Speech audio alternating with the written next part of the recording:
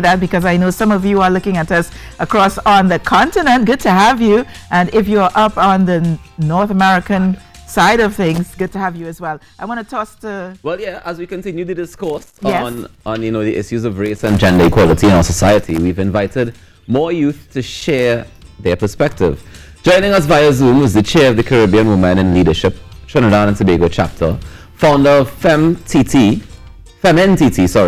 and the 2020 Women Deliver Young Leader, Miss Ashley Burnett. Okay. Also joining us is social justice activist and academic with a BSc in sociology with minors in gender and development and social development policy and planning, Ms. Shalini Bahadur. Right. I know that Shalini was supposed to be here with us yesterday morning. Yes. I mean, we're going to try and hopefully it will work this morning. Welcome, ladies. Good morning. Hi. Good morning, everyone. Good morning. Thank you very much for joining us this morning. Shalini, yesterday we spoke about the role of youth in the discussion of race relations in our society. Talk to us about the consequences and solutions to dealing with or eradicating racism in this country. Well, I think that the first thing that we need to do before unpacking the problem is admitting that we have a problem, right? In the past, people have denied that the problem exists, but here we are today, witnessing and experiencing occurrences of racism. I do believe that during election time, racism is heightened, but it does exist throughout the year, and we need to continue having conversations like this, more often. I think that when we're talking about solutions, the end goal should never be to not see race.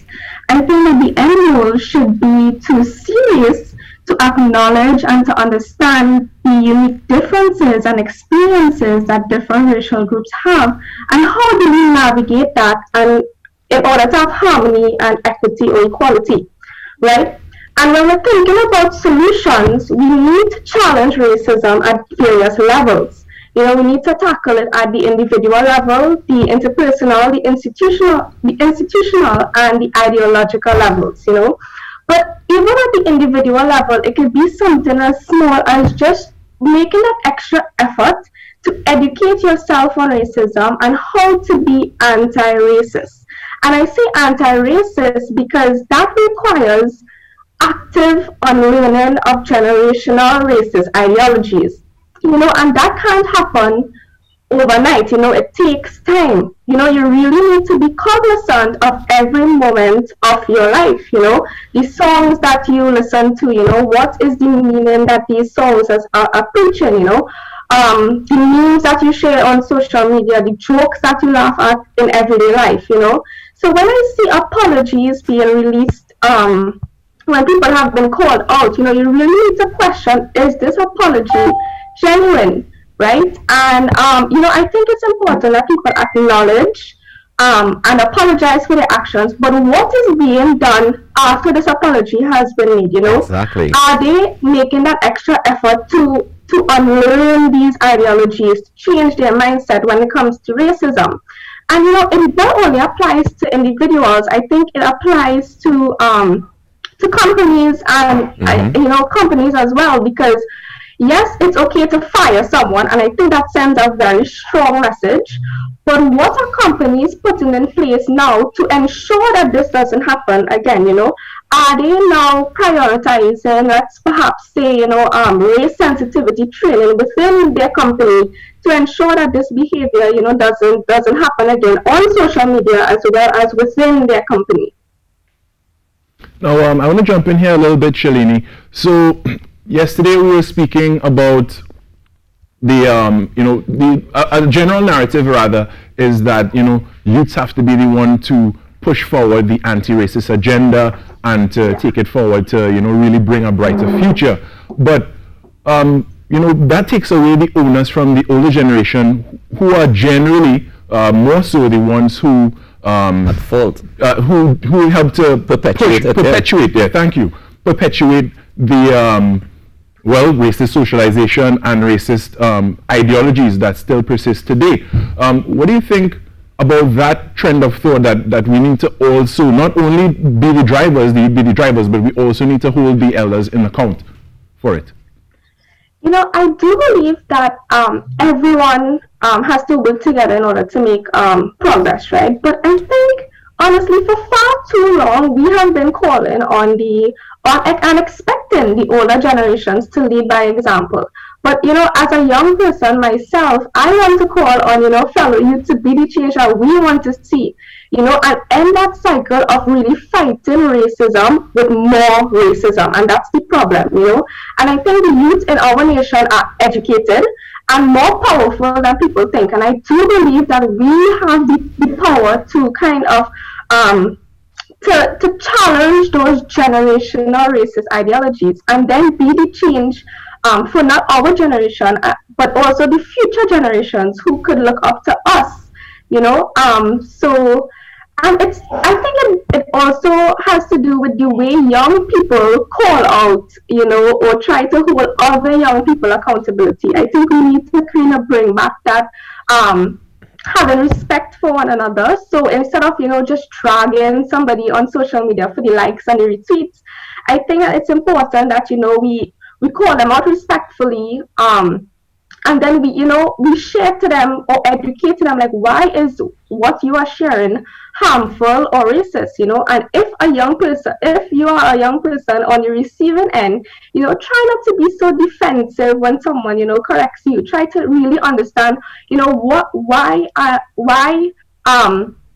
is this harmful or toxic? You know, why is this ideology going to continue perpetuating racism? I like that you brought up that point, because the next question I was going to ask is, you know, calling out other people and pointing out certain things that they may do or say that are racist. But what about calling out yourself sometimes when there are certain subtle things within yourself that you realize that, hey, that may not be okay? The same thing you drew reference to, like laughing at certain memes you may see online that may be inherently racist, or telling jokes and stuff that may be race-fueled jokes. What about things like that? You know, you know, you're absolutely right. And, you know, like I said, you know, being anti-racist, it requires a lot of energy. It requires a lot of work. But, you know, it has been done. People are doing it. And, you know, we should really try to push and make that extra effort, you know, to just, you know, perhaps you want to follow our Instagram page where they show you how to kind of end those racist ideologies and change your mindset. I think there are so many avenues that is available for us. You know, read more books, you know, join Zoom calls. We have so many, you know, activist Zoom calls going on that is free for the public, you know. So I think what needs to happen is individuals need to make that extra effort. I agree 100%. Thank you very much. But I want to shift across to Ashley a little bit. Ashley, let's shift the focus slightly. There still exists a lack of representation of women in public office. Let's chat about this, as well as the gender quotas that you spoke about when we were pre-planning this particular interview. So throughout the years, we've noticed that women are always contributing to different areas of politics and whatnot, but they're always underrepresented when it comes to leadership and decision making. So this year, if you look at the preliminary results, you'd have seen 11 women being elected to parliament out of 41 candidates, and that's like at an all-time low compared to all of the other years, right? And so this is like a step back to the kind of leadership that we want to see. And we're not saying we want less men, we want an equal number of it, because Trinidad and Tobago has signed on to so many agreements, namely the UN's Sustainable Development Goals and the Beijing Platform for Action, which encourages a better representation of women at the parliamentary level, on state boards and ministerial cabinets, senators and whatnot. And so what we're asking for is that, seeing that there are 11 people who are women who are elected to office, why not now look at the ministerial cabinet and try to implement a gender quota, where there's a 50-50 representation of both men and women. And that can only do good for the country. One, that is a step forward to achieving the 2030 goals that we all signed on to, right? And then also, it would reflect in the policies and legislations that are implemented, because, you know, many times women tend to have a focus on ensuring that these things are advanced, right? They work across party lines, they push for positive change around health, community, poverty, education, and policies. And that's according to researchers. Like, while we may know it, this has also been proven in many research. Now, Ashley, I just wanna throw a little challenge at you, right? Because I know the figures you're calling is based on the 41 seats, but let's look at the two parties. We have one party that's led by a man, one party that's led by a woman, and those are the two main parties in Trinidad and Tobago. So, for me, that seems like 50% of the political parties in the majority vote. It seems to be led by. It seems to be equal, right? But can you tell me if this means anything at all? Well. In a way, I mean, if you look at it as a whole and not just the two parties, because there were about 18 or 19 parties contesting. Out of those 18 or 19, there were 3 parties who were led by women, right? And so, of course, only one party can be elected to office, right? And whilst, okay, cool, we have a male prime minister, that's all well and good, but who are the people who are going to represent us on the ground? We don't have control over which MP gets elected, right?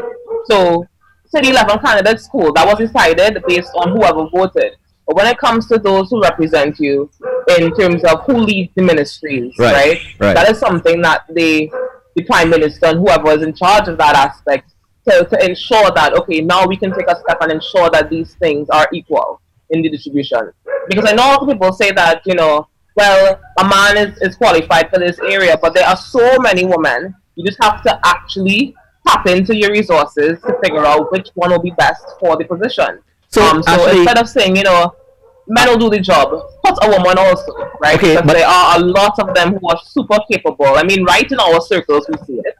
Okay, right? So my question, Ashley, would be, if it is that we have these positions that are available, but men put themselves forward to be there and women don't, or vice versa, should it be based on qualification? Should it be based on just the quota? Should it be based on a combination of both? Of course not. It should be based on availability and qualification, right? But the thing is that we have to pay attention to why is it that we think we don't see women at the forefront, right? How is it that, you know, all the time we think, okay, only men are visible? And that is very, very untrue. We have to now go back to the drawing board and figure out why is it women aren't coming to the table, right? And I mean, we see it all the time around election time, the violence against women in politics, how women are portrayed, the kind of very, very taxing pressure that they're put under to have this image in public office, whereas men don't face the same thing, right? Oftentimes you see a video or news being released that condemns the woman and makes her incompetent to run for office. And so things like that also deter women from coming up to the forefront to be seen. And so we have to go back to that and create a space, you know, mentorship programs, like, for example, Seawell has YWIL, Barbados has Pink Parliament, and this thing doesn't only exist in Trinidad. It's through the Caribbean region that we see this happening. And so mentorship and programs for women to know that they can lead. You know, we have to empower them also.